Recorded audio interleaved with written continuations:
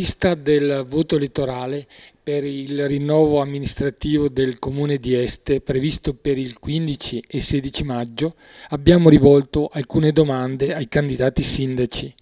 L'unico a sottrarsi al confronto è stato il candidato natalino Zoggia, mentre hanno accolto la nostra proposta i candidati Alfio Aldrigo, Paola Goisis, Vanni Mengotto, Giancarlo Piva e Paolo Venco.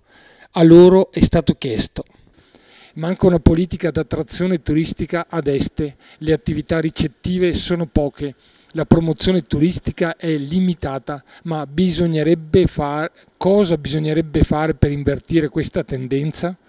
Ma io credo che non sia del tutto così la situazione del turismo a Este. Se è vero come è vero che circa un mese fa ha aperto un altro albergo nella nostra città, che aveva chiuso sicuramente, ma è stato riaperto, è stato un investimento di un imprenditore che ha scelto di puntare sul turismo della città di Este. Quindi questo è un segnale, ma assieme agli alberghi che comunque abbiamo, c'è tutta una serie di possibilità alloggiative che sta all'interno degli agriturismi, dei bed and breakfast, che se mettiamo insieme crea veramente un contesto alloggiativo nella nostra città di assoluto valore e di qualità, ma è chiaro che bisogna sempre migliorarsi.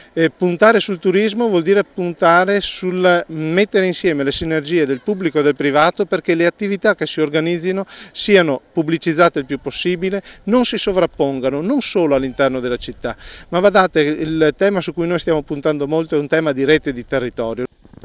Allora, Este secondo noi ha un grande tesoro che è il suo centro storico. Nello stesso tempo è seduta ai piedi della parte meridionale dei Colli Ugani. Queste sono due risorse che vanno, diciamo, sfruttate e vanno rivalutate.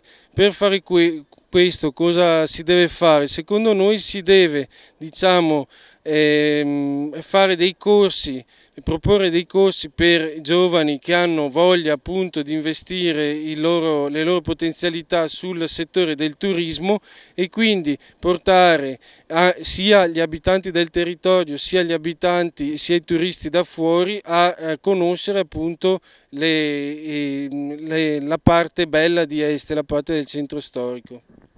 Guardi, credo che è di pochi giorni fa una delle più belle manifestazioni che vengono prodotte, non dico soltanto in Bassa Padovana, ma nell'intero Veneto, che è per esempio Este in Fiore. A Este in Fiore abbiamo avuto la prova che qui sono arrivate 60.000 persone. Allora io mi domando e mi chiedo, ma perché invece di fare soltanto Este in Fiori non facciamo la promozione dell'artigianato, delle ceramiche, di tutte quelle imprese che possono farsi conoscere, abbinando anche a concerti, abbinate a tantissime promozioni che potrebbero essere necessarie e utili, perché questo è un bacino estremamente importante, è un bacino che raggruppa tutta la Bassa Padovana e il Basso Vicentino, e quindi se queste cose vengono promosse possono dare moltissimo aiuto. Se non vengono promosse ma i politici locali sono adagiati sul passato, ovviamente non si può avere soluzioni. Per me invece questo va incentivato e di gran lunga anche. Ecco, pensare a qualcosa di importante per Este per quanto riguarda la capacità attrattiva.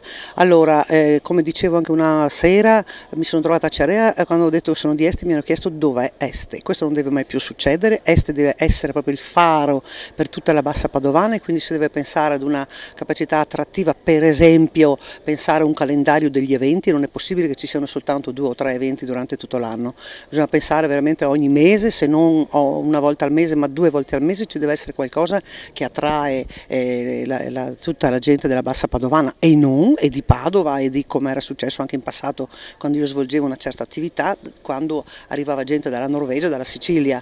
Ecco, dobbiamo pensare veramente a capacità ricettiva ma poi a capacità attrattiva in tutti questi sensi. Este è una cittadina bellissima, unica direi in tutta la Bassa Padovana, quindi bisogna veramente sfruttare questa sua capacità e farla conoscere soprattutto. Noi dobbiamo costruire nella Bassa Padovana, assieme alle città d'arte che la costituiscono, sia i centri principali, Montagnana, Monselice, Este, ma anche naturalmente i centri minori, per dire, ma tra cui ovviamente Arqua Petrarca, ma tutte quante le altre realtà dei Colli Ugani. Noi dobbiamo presentare un'offerta turistica del territorio, noi dobbiamo in ogni caso intercettare gli ingentissimi flussi turistici che si riversano verso Venezia. Sono milioni di visitatori che cercano nel Veneto le città d'arte, i laghi eccetera, ma che sono anche disposti a fare un percorso nell'ambito di territori di arte, di cultura, anche di enogastronomia come sono i nostri. Quello che manca è una sinergia e una capacità di promozione. Da questo punto di vista io credo che sia assolutamente indispensabile effettuare una sinergia nel territorio fra da una parte il commercio, dall'altro le attività turistiche ricettive sia alberghiere ma anche quelle non tradizionali come il bed and breakfast.